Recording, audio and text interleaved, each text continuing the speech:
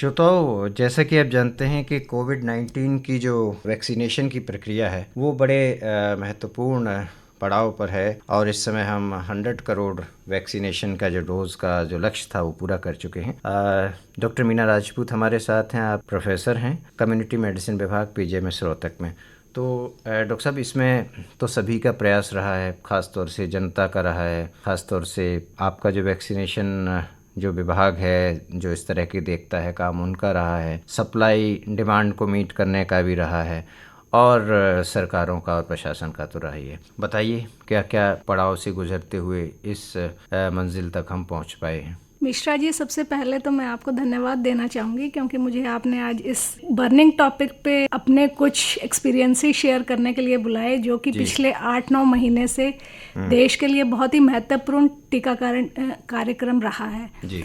और इसके लिए हमें बहुत सारे चैलेंजेस फेस करने पड़े क्योंकि आप जानते हैं कि इंडिया में लगभग 1/6 पॉपुलेशन वर्ल्ड की रहती है। तो जहाँ इतना बड़ा कंट्री, इतनी बड़ी पॉपुलेशन और इतनी डाइवर्सिटीज़ हों, वहाँ पूरी पॉपुलेशन तक एक टीका पहुँचाना जो रिसेंटली डेवलप हुआ है, जिसके बारे में लोगों के बहुत सारे मिथ्स हैं, बहुत सारे फोबिया, डर हैं, उनको कन्विंस करना और उनको टीकाकरण के लिए आगे लेके आना बहुत ही चैलेंजिंग काम रहा था। और हमारी सरकार ने भी अपना सब कुछ बहुत एफर्ट लगा के वैक्सीन को प्रोक्योर करके कोने कोने तक देश के पहुंचाना, वो भी एक चैलेंजिंग टास्क था क्योंकि आप जानते हैं कि रूरल में तो हम पीएचसी सब सेंटर के थ्रू ही टीकाकरण कर पाए। और सबसे ज़्यादा ये था कि इस टीकाकरण को लेके हमारी इतनी भ्रांतियाँ थी कि उनके लिए हमें एक सेटअप बना के रखना था ताकि कल को अगर किसी को भी कोई एडवर्स इफेक्ट टीकाकरण के बाद हो जाता है तो हम उसको मैनेज कर पाए। तो एक बेयर मिनिमम फैसिलिटीज इस टीकाकरण में बहुत मैंडेटरी थी कि आप हर सेंटर जो बना रहे हैं टीकाकरण के लिए वहाँ ये सुविधाएं होनी चाहिए। तो इस तरीके से ये जो टीकाकरण था काफ़ी मुश्किल था, बट आज हम बहुत खुश हैं कि हमने 100 करोड़ का आंकड़ा पार कर लिया है और अपनी पॉपुलेशन को एक बहुत ही खतरनाक बीमारी जो कि हम दूसरी लहर में देख चुके हैं कि इसका क्या प्रभाव था और कितना आतंक मचाया उसने, तो उससे अब हम कुछ हद तक अपने आप को सुरक्षित महसूस कर रहे हैं। जी डॉक्टर मीना, बीच में एक ऐसा फेज आया था जब थोड़ा सा सप्लाई का क्राइसिस हो रहा था, लोग लगवाना चाह रहे थे और उस समय डोजेज अवेलेबल नहीं थी। उस दौरान क्या समझते हैं आप, हमारी डोजेज कम थी या सप्लाई का थोड़ा सा वितरण प्रॉपर नहीं था? देखिए, कोई भी टीकाकरण वैक्सीन इतने मास स्केल पे मैन्युफैक्चर करने के लिए टाइम तो लगता ही है मिश्रा जी, क्योंकि आपको रॉ मटेरियल भी प्रोक्योर करना होता है, फिर उसकी को इंश्योर भी करना होता है। बट दूसरी वेव को लेके लोगों में बहुत ज़्यादा पैनिक था और सब लोग टीकाकरण के लिए आगे आ रहे थे।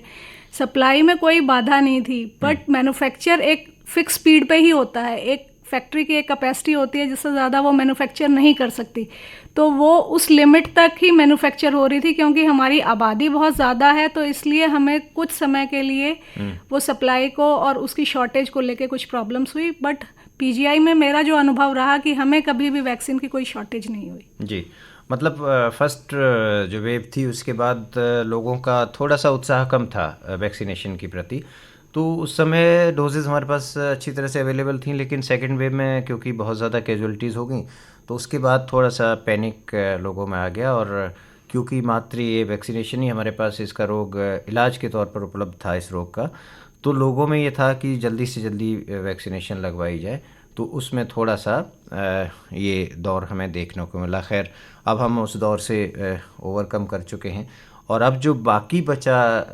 जो आबादी का जो बाकी हिस्सा है, तो उसके लिए भी इसी तरह से टीकाकरण जारी रहेगा? जी, उसके लिए भी, क्योंकि अभी तक हमने बेशक से 75% आबादी को कवर कर लिया है कि हमने टीकाकरण की एक डोज लगा दी है, बट अगर हम दोनों डोज का देखें तो हमारी मात्र 25 to 30% आबादी ही ऐसी है जिनको दोनों डोज कंप्लीट हो चुके हैं। तो अभी भी हमें बहुत एक बड़े गैप को सेकंड डोज के लिए मोटिवेट करना है। और जैसे पीजीआई में हमारा अपना एक्सपीरियंसेस रहा है कि लोग एक डोज लगवा जाते हैं बट सेकंड डोज के लिए उतने उत्साहित और मोटिवेटेड नहीं होते हैं, ये मानकर कि मुझे तो एक लग चुकी है, मैं तो पूरी तरीके से सुरक्षित हूँ, मुझे कोई ज़रूरत नहीं है। तो हम लोग जो है उनकी लिस्ट निकाल कर उनको दोबारा फ़ोन करके दोबारा वापस आने के लिए कहते हैं कि आप अपनी सेकंड डोज लगवाने के लिए ज़रूर आएँ और इसकी क्या इम्पोर्टेंस है सेकंड डोज की, वो उनको समझाते हैं।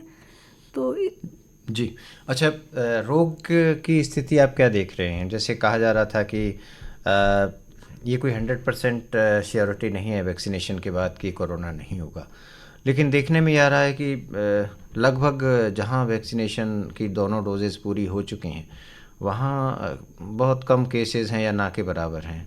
आप कैसे इस स्थिति को देखते हैं? इसका ये रहा है कि अगर आप दोनों डोजेस लगवा रहे हैं तो ऐसा नहीं है कि आपको कोरोना नहीं होगा।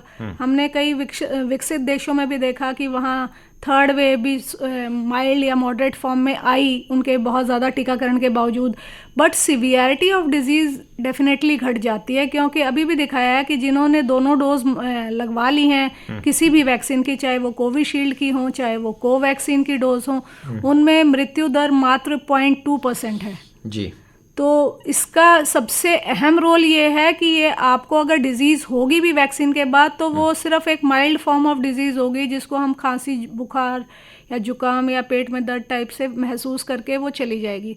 तो जो सीवियर डिजीज़ थी जिसमें आपको हॉस्पिटलाइज होना पड़ रहा था, आईसीयू में आप एडमिट हो रहे थे या आप वेंटिलेटर पे थे, वो बहुत कम लोगों में या 0.2% में ही डेथ रेट हुआ है, वो भी उनमें जिनमें इसके साथ साथ अलग कोमॉर्बिडिटीज़ हों उनमें ही मृत्यु दर है इतनी। अदरवाइज जो स्वस्थ इंसान है उसमें इसमें काफ़ी मतलब 99 to 100% तक प्रोटेक्शन है कि आप सीवियर डिजीज़ नहीं होगी। अच्छा, पीछे कुछ साइड इफ़ेक्ट्स के बारे में भी बात की गई थी कि वैक्सीनेशन के साइड इफ़ेक्ट्स होंगे, ऐसा कुछ देखने में तो नहीं मिला।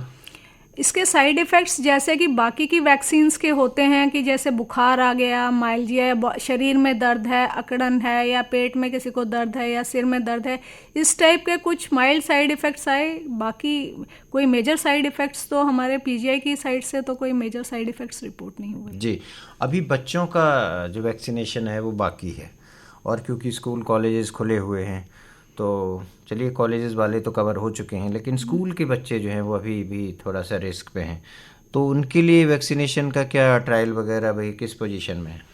अब उनके लिए ट्रायल के कुछ एक वैक्सीन ज़ाइकोव डी आई है जिसके लिए ट्रायल भी पूरा हो चुका है, बट अब DCGI से उसके अप्रूवल की वेट कर रहे हैं और वो कह रहे हैं कि 2 से 18 साल के बच्चों के लिए वो सुरक्षित पाई गई है।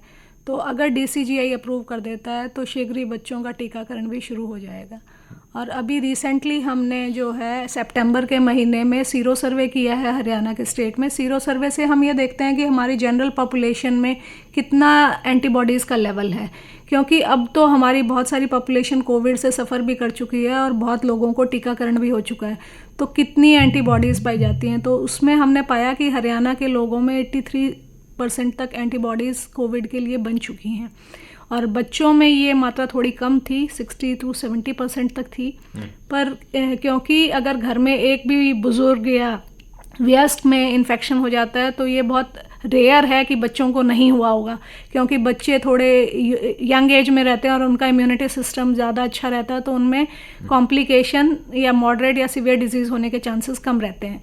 तो बट उनमें भी इन्फेक्शन की मात्रा पाई गई है। अच्छा, तो इम्यूनिटी का कितना परसेंटेज होना चाहिए ताकि इस रोग से कारगर ढंग से लड़ सके शरीर? इम्यूनिटी तो अगर आपकी बॉडी इम्यूनिटी अच्छी है और आप व्यायाम करते हैं, एक्सरसाइज करते हैं और इम्यूनिटी वर्धक पदार्थों का सेवन जैसे विटामिन C वगैरह लेते हैं, तो कोमॉर्बिडिटी ना हो तो कोई चांस नहीं है कि आपका कोई इस बीमारी से कोई खतरा है।